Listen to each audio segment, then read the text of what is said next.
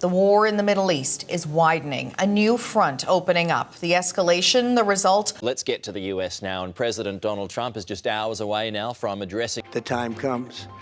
As I stated in my announcement of Operation Epic Fury, our objectives are very simple and clear. دورا سيئا جدا تجاه شعبنا وبلدنا. وهذا له أثره الواضح في إسرائيل. ሰላም የቻናላችን ቤተሰቦች፣ ኢራን አሁንም ሌላ ትኩሳት አሰምታለች። የአሜሪካ እግረኛ ጦር ሰራዊት የሚገባ ከሆነ ከሆርሙዝ ሰርጥ በተጨማሪ የባባኤል ሰርጥን እንደምትዘጋ አስታውቃለች። ባባኤል ሰርጥ ተዘጋ ማለት ለዓለም ምንድነው? ይህ ሰርጥ የት ይገኛል? ስትራቴጂካዊ ጥቅሙስ ምንድነው? 30 ከመቶ የሚሆነው የመርከብ እንቅስቃሴ የሚካሄድበት ይህ የባባኤል ሰርጥ ከተዘጋ ይቆማል ማለት ነው። ሰላም ውድ የሳብ ኒውስ ቤተሰቦች፣ ኢራን ቀይ ባህርን ዘጋለው ማለትን ተከትሎ ያዘጋጀነውን ፕሮግራም እንዲከታተሉ እየጋበዝን ወደ ፕሮግራማችን አመራን።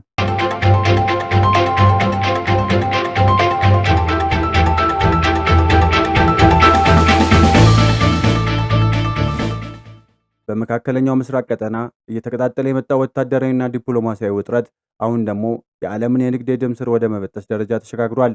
ኢራን ቀደም ሲል የሆርሙዝ ሰርጥን በተግባር በመዝጋት የዓለምን የነዳጅ ገበያ በእጅጉ ያናጋች ሲሆን አሁን ደግሞ ስትራቴጂካዊ ትኩረቷን ወደ ቀይ ባህር ደቡባዊ መግቢያ ባባኤል ያደርጋለች። ይህ አዲስ ዛቻ ከቃል ባለፈ በተግባር ሊገለጽ የሚችልበት እድል ከፍተኛ። ፕሬዝዳንት ዶናልድ ትራምፕ በኢራን ዋና ነዳጅ ማከፋፈያ ስትራቴጂካዊ ተርሚናል በሆነችው የካርግ ደሴት ላይ ወታደራዊ እርምጃ ለመውሰድ ወይም ደሴቲቷን ለመቆጣጠር ፍላጎት እንዳላቸው መግለጻቸው እሳቱን ይበልጥ አቀጣጥሎታል።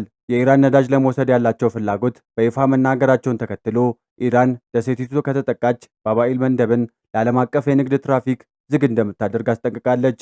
ይህ ፍጥጫ በቀጥታ የሁለቱ ሀገራት ጦርነት ወደ ባህር ግጭት ከመቀየሩም በላይ የዓለምን ኃይል አቅርቦት እንደ ታጋች እየተጠቀሙበት መሆኑን ያሳያል። የካርግ ደሴት ላይ ጥቃት ከተፈጸመ ኢራን ያላትን ፈጣን የጦር ጀልቦችና ሚሳኤል ባትሪዎችን በመጠቀም መላው ቀይ ባህርን የመዝጋት አቅም እንዳላት ወታደራዊ ተንታኞችም ያስጠነቅቃሉ። የባባኤል መንደብ በጂኦግራፊ አቀማመጡ ብቻ ሳይሆን በታሪካዊና በኢኮኖሚ ፋይዳውም የዓለም ቁልፍ ተደርጎ ይወሰዳል።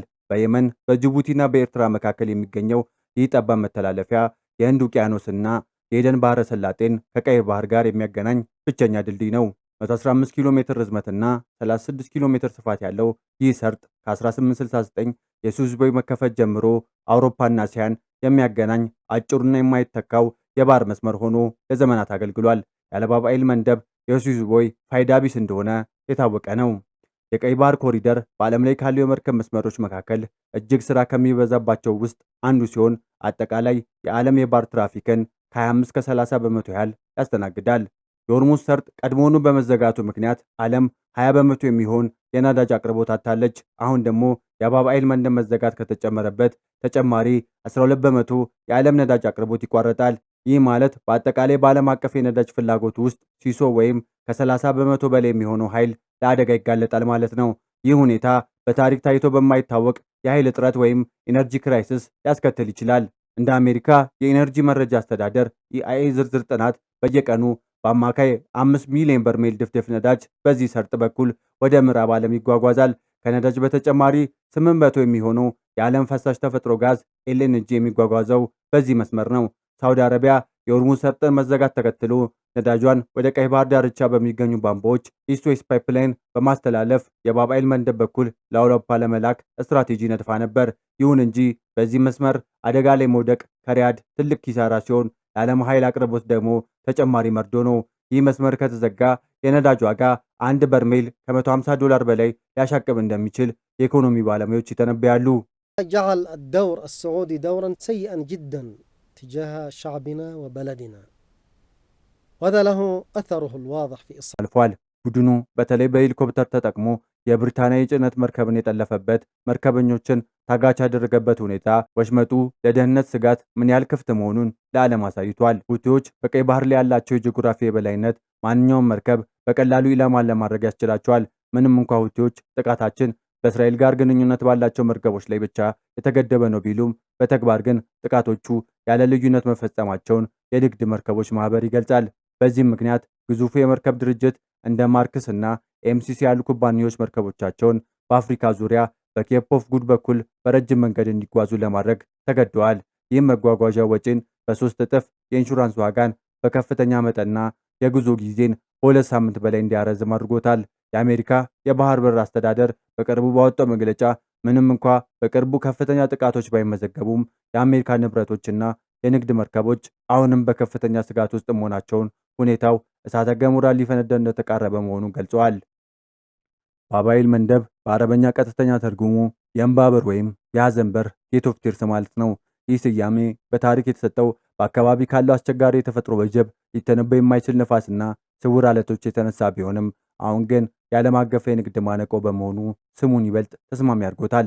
ከ10 ዓመታት በፊት የሶማሌ ባህር ወንበዴዎች መርከቦችን በማገት ዓለምን ያስጨነቁበት ይህ ቀጠና አሁን ደግሞ ከፍተኛ ሀያላን ሀገራት የጂኦፖለቲካ ጦርነት ውስጥ ገብተዋል። የባህር ወንበዴነት ስጋት አሁን ወደ ወታደራዊ ብሎኬድ ተቀይሯል። የዚህ መስመር መዘጋት የሚያስከትለው የኢኮኖሚ ቀውስ በ2021 ኤቨርጊቭን የተባለችው መርከብ የስዊዝ ቦይን በዘጋችበት ወቅት ከታየው የአቅርቦት መስተጓጎል በብዙ እጥፍ የከፋ ሊሆን ይችላል። በወቅቱ ለጥቂት ቀናት ብቻ በነበረው መዘጋት የዓለም አቅርቦት ሰንሰለት ተበጥሶ የዋጋዎቹ ሁኔታ እጅጉን ጨምሮ ነበር። አሁን ግን ሁኔታው በመንገድ መዘጋት ባለፈ በጦርነት ውጤት በመሆኑ እና መቼ እንደሚከፈት ስለማይታወቅ ስጋቱ የከፋ ነው። ቀድሞውኑ በሆርሙዝ ሰርጥ ውጥረት ምክንያት የብሬንት ድፍድፍ ነዳጅ ዋጋ ከጦርነቱ በፊት ከነበረው $70 ተነስቶ $115 ደርሷል። ባባኤል መንደብ ከተዘጋ ይህ ቁጥር $200 ሊነካ እንደሚችል ይፈራል። ከነዳጅ ባሻገር ለአፍሪካ ቀንድ ሀገራት በተለይም እንደ ኢትዮጵያ ላሉ በወደብ ንግድ ላይ ለሚደገፉ ሀገራት የባባኤል መንደብ አለመረጋጋት ቀጥተኛ የኑሮ ውድነትን ያስከትላል። ከእህል፣ ከመድኃኒት፣ ከኢንዱስትሪ ግብዓቶች እስከ ሸማቾች ምርት ድረስ ያለው እንቅስቃሴ ስለሚገታ በተለይ በማደግ ላይ ያሉ ሀገራት ላይ የሚፈጥረው ኢኮኖሚ ጫና ከፍተኛ ይሆናል። የዋጋ ንረት ፍሉድ ኢንፍሌሽን በዓለም ዙሪያ በሚሊዮኖች የሚቆጠሩ ሰዎችን ወደ ድህነት ሊገፋ ይችላል። ዓለም አቀፉ ማህበረሰብ አሁን የእንባ በር ለዓለም አቀፍ ንግድ ክፍት ሆኖ እንደሚቀጥል ወይም በጦርነት ሰበብ እንደሚዘጋ የሚሉን ጥያቄ እየፈለገ ይገኛል። የቀይ ባህር ሰላም መጥፋት የአንድ አካባቢ ብቻ ሳይሆን ለመላው ዓለም ኢኮኖሚ ቀውስ መሆኑን የኢኮኖሚ ተንታኞች ያስጠነቅቃሉ። ሰላም ካልወረደ የዓለም ንግድ ለዓመታት የሚቆይ የሐዘን ወቅት ውስጥ ሊገባ ይችላል።